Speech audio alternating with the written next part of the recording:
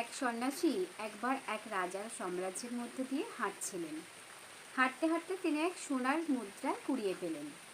সোনার মুদ্রা পাওয়ার পরে সন্ন্যাসী ভাবলেন, আমি তো সন্ন্যাসী মানুষ, এই সোনার মুদ্রা আমার কোনো কাজ নেই, ধন সম্পদে তো আমার কোনো কাজ নেই।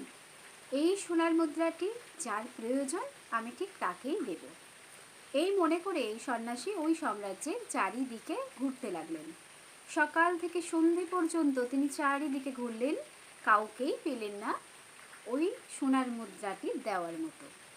এর পরদিন সকালবেলা সন্ন্যাসী আবার যথারীতি বেরিয়ে পড়লেন লোক খুঁজতে, যাকে তিনি ওই সোনার মুদ্রাটি দিতে পারেন। যেতে যেতে পথে এক রাজার সঙ্গে তার সাক্ষাৎ হলো। ওই রাজাটি সৈন্য সামন্ত নিয়ে যুদ্ধ করতে বেরিয়েছিলেন। রাজামশাই সন্ন্যাসীর কাছে এসে বললেন, বাবা, আমাকে আশীর্বাদ করুন, আপনার যদি কোনো উপদেশ দেওয়ার থাকে আমাকে দিন। তখন সন্ন্যাসী বললেন, আমি আর কি উপদেশ দেব বাবা, এই সোনার মুদ্রাটি তোমাকে দিলাম, এটা রাখো, এটা তোমার প্রয়োজন দেখছি। তখন রাজামশাই অবাক হয়ে গেলেন, আমি রাজা আর আপনি আমাকে আমার রাজ্যে দাঁড়িয়ে সোনার মুদ্রা দিচ্ছেন? আমার এত ধন সম্পত্তি আছে আর আপনি আমাকে একটা সোনার মুদ্রা দিচ্ছেন? তখন সন্ন্যাসী বললেন, বাবা, আমি কাল এই সোনার মুদ্রাটি তোমারই রাজ্যে পেয়েছিলাম।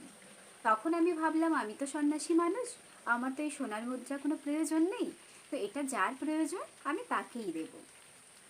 কাল সারা দিন আমি তোমার রাজ্যে খুঁজেছি, আমি কাউকেই এই সোনার মুদ্রা দেওয়ার মতো পাইনি। আজ সকালে দেখলাম তোমার এটা খুবই প্রয়োজন। রাজামশাই তখন অবাক হয়ে গেলেন।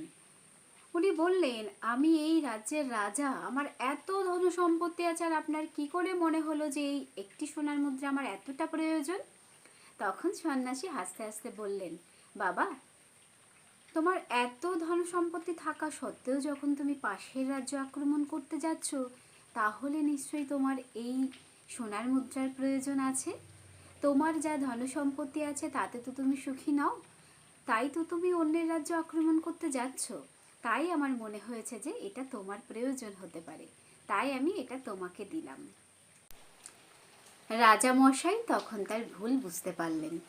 তিনি তখন সন্ন্যাসীকে বললেন, বাবা, আমার ভুল হয়েছে, আমি আজই ফিরে গেলাম আমার রাজ্যে, আমি আর অন্য রাজ্য আক্রমণ করব না। এই গল্পটি থেকে আমাদের অনেক কিছু শিক্ষা নেওয়ার আছে। আমরা কেউ আমাদের নিজের নিজের অবস্থান নিয়ে কখনোই সুখী নই। আমরা সারাক্ষণ আরও চাই, আরও চাই, ওই জন্য আমরা সারা জীবনে কখনো শান্তি পাই না। আমরা যদি শান্তিতে থাকতে চাই, তো যার যেটুকু আছে তার সেইটুকুতেই খুশি থাকা উচিত। অন্যের বেশি আছে বলে অন্যেরটা দেখে আমারও অতটাই হোক, এই ভাবলেই কিন্তু আমরা কখনোই সুখী থাকতে পারবো না।